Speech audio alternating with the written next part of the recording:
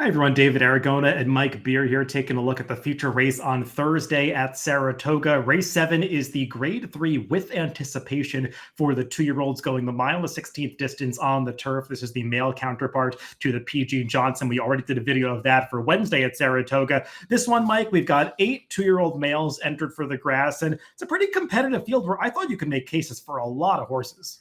Yeah, as usual in these races, you don't have a ton of form to go on, and so we'll see. There's going to be a lot of improving going on, even as early as this race, David. Some horses are just going to really jump up here and run well.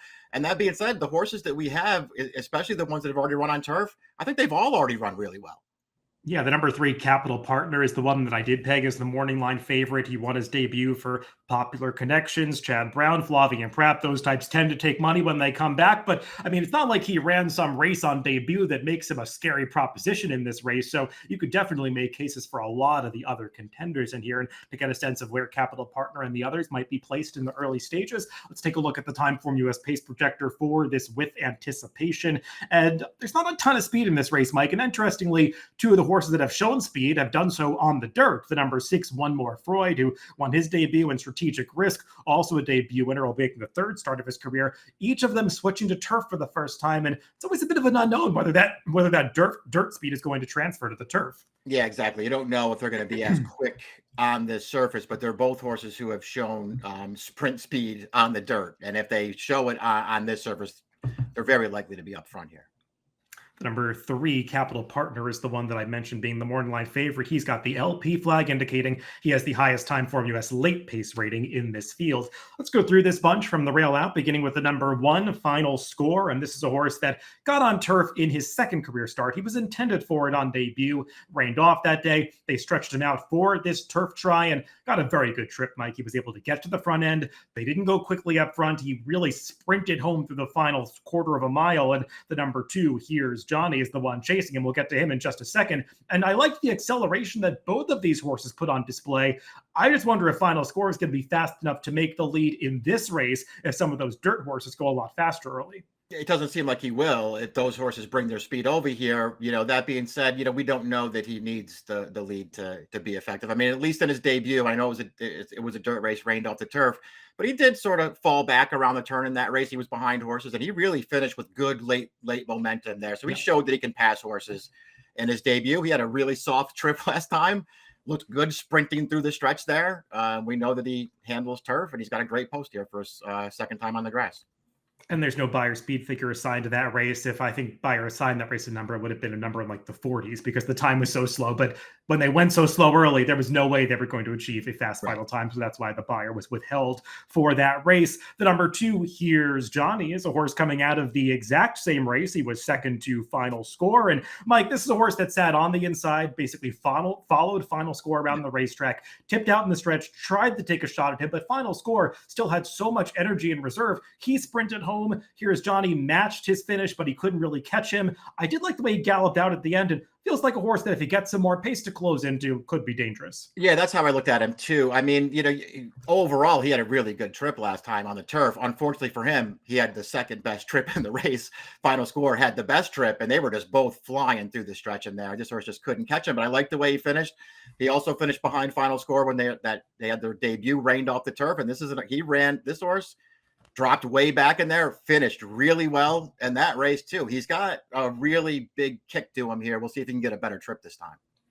The number 3 Capital Partner is the morning line favorite, a horse that won first time out when he was bet down to favoritism, and felt like that was a pretty strong maiden race, Mike. There were some stories about a few horses in that race working well. Capital Partner was the one that took the money, and he ran to that support. We'll take a look at the stretch run of that race. I did think he got pace to close into because he was rated early. A horse who was actually broke away from the field at the top of the stretch, British Invasion, ran really well, but you could see him get a little tired in the late stages, and Capital Partner is able to run him down, even though he was a little awkward with his lead changes there in upper stretch. I like the way he kicks in at the very end of this race. It's not like he got some Beyer speed figure that makes him a scary horse for this field, though, and he's going to be a short price just because of the connections he goes out for. Yeah, exactly. I looked at him the exact same way. I have no problem with the race that he ran first time out. I wasn't blown away by it, but I have no problem with it. He was very strongly rated early in that race. You can saw there we picked up the replay at the top of the stretch. He had some work to do there. He had a bunch of horses to pass, a lot of ground to make up. and he closed it down. I mean, I thought he ran really well in there, but I'm not terrified to bet against him here. One thing I will say, I've watched some of his recent workout videos. I think he's working better now than he was prior to the debut. Chad Brown's paired him with some more experienced, older horses in the morning, and he's outworked them. So that's a good sign for this horse trying a stakes race. The number 4, Caroline Street Beat, is a horse who also won on debut as the favorite, though he did so against New York breds. We'll take a look at the stretch run of the race. And there were some pedigrees in here, Mike, some horses that looked like they had a little bit of ability, but Caroline Street Beat was just so professional for a first-time starter. No surprise going out for Miguel Clement, a trader who'd been involved in his father's operation for a long time. They're so good with their first-time starters and getting them ready on debut, and this one was certainly well prepared to deliver the kind of professional effort that he did. I just wonder how much upside there's going to be second time out. Yeah, I'm worried about that too. And listen, again, he ran well on debut, but you're right. He was really not only professional, he got a perfect trip in that race, and came running at the end and got the job done. This is supposed to be a lot tougher for him, but this horse has tons of pedigree to go on and continue to get better here as time goes on. The number 5, Dr. Agnew, speaking of tons of pedigree, probably has the best turf pedigree in the race, being out of a champion turf dam in Lady Eli, multiple grade 1 winner. And I think this is her first full to actually run in the United States. And we'll take a look at, or actually, we won't take a look at the replay. He ran on the dirt first time out. But Mike, watching back that race, he was outrun in the early stages. I liked the way he kind of traveled well into the race, though, and found enough to get the job done at the late stages. Now, it wasn't off the turf race. It was a very slow final time. He only got a 47 buyer. This horse is supposed to be better on the turf, but just given the pedigree and the connections he goes out for, I wonder how much money he's going to take in here. Yeah, I would worry about that too. I listen, you made him 7-2 on the line, David. It's just not a price that I would take on him. Even, if you're convinced he's going to be better on the turf, and if you point out he's supposed to be better on the turf, he just, his debut, it didn't look like he was badly compromised by the surface. I felt the same way you did. He traveled really well on the dirt, and he also had a great closer's trip in that race. He never really had to leave the inside. He had no traffic in front of him. He got a clean run through the stretch, by the way, while they were crawling home there in the last furlong, going really slow, and he got up. I just wasn't really taken with his debut. I understand he's supposed to be ready on the turf, but I don't want a short price on this horse. The number 6, One More Freud, is an interesting horse showing up in this race, Mike. I was kind of baffled as to why he was entered for a $35,000 tag on debut, because I watched this horse's workouts at Churchill and Saratoga. He seemed like the kind of horse that could have run in a maiden special weight race. He was working well enough, but Tom Amos put him in that maiden claimer, and he just ran away from the field to win by 14 lengths, earning the kind of buyer speed figure that would probably win a lot of maiden special weight races at this meet. He looked good in that spot, and I was digging through the pedigree. I don't mind the toneless on the turf, and while the dam herself, I don't think she won on the turf. The dam is a half sister to 4 turf winners, so there is turf pedigree in the second generation. Just not really sure what to expect off the claim for Mike Maker on a new surface. I'm not either. Yeah, I love that Maker claimed this horse, though, and thinks this is a good spot to run him in. Because, I found enough turf pedigree, too, to be at least mildly interested. And I didn't know what to expect first time out, David, too, just because, like you, I was surprised he was in for 35. It was a terrible field on paper, too. And he just smashed them, but he looked good doing it. The number 7, Gloves Off, is a horse that won his debut going a route distance on the turf at Ellis Park. And I feel like there was a lot of give in the turf course that day, Mike, because they only ran a couple turf races. They both had slow times. I know they assigned a buyer speed figure to this race. It couldn't be one that the buyer team was too confident in, because the turf course just looked like it was playing so much slower than it usually does. But watch that race. I really like this horse's performance. He's a horse that doesn't look like he has a whole lot of early speed, but he's got this big, long stride to him, like a lot of the progeny of Nyquist do. And he just traveled so strongly into the race. And once he was tipped out to the clear, he just mowed that field down. And it's not like there was a whole lot of closing going on in that race. Aside from him, galloped out really strongly. Get the sense this horse has some talent. I agree. I liked how comfortable he looked throughout that race. That field kind of got stretched out a little bit up the backstretch.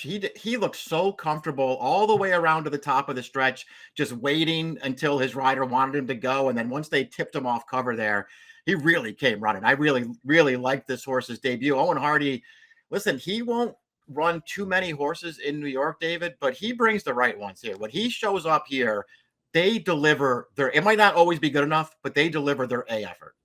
Yeah, I looked up the stats at Naira. All 5 of his starters here over the past 5 years have been in stakes races. Yeah. 1 for 5, but 3 of them hit the board. So they generally run well when he comes in. And I will note 3 horses have already come out of that Ellis race to win their next starts on the turf. You don't see that too much with quick runbacks winning in 2-year-old turf races. The number 8, Strategic Risk. He is switching surfaces for trainer Mark Casse. Won his debut very easily, going the 5 furlong distance on dirt at Gulfstream Park. They stepped him up in the Sanford. He wasn't good enough to beat Obliteration that day. It was really no match. Mike was just run off his feet every step of the way.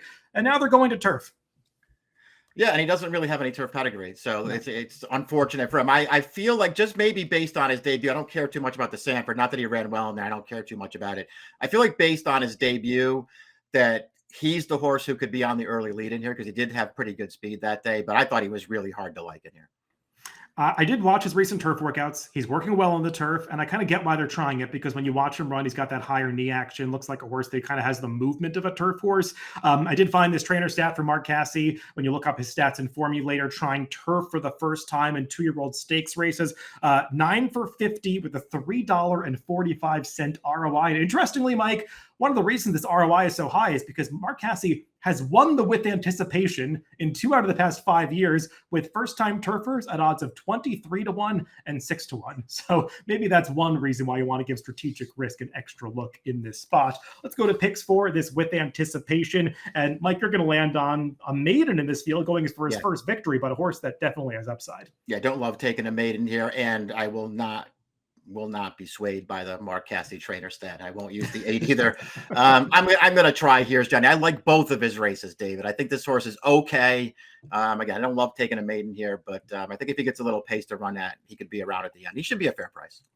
We've got similar horses in the mix here. I agree with you about the number 2 Here's Johnny. I went with the number 7 Gloves Off on top. I just really like the visual of that debut at Ellis Park. And I think it's meaningful, as you were indicating, that Owen Hardy is shipping here to this stakes race at Saratoga. 7-3-2-1 for me and 2-3-7-4 for Mike in the grade 3 With Anticipation on Thursday at Saratoga. Good luck if they're playing the races later this week.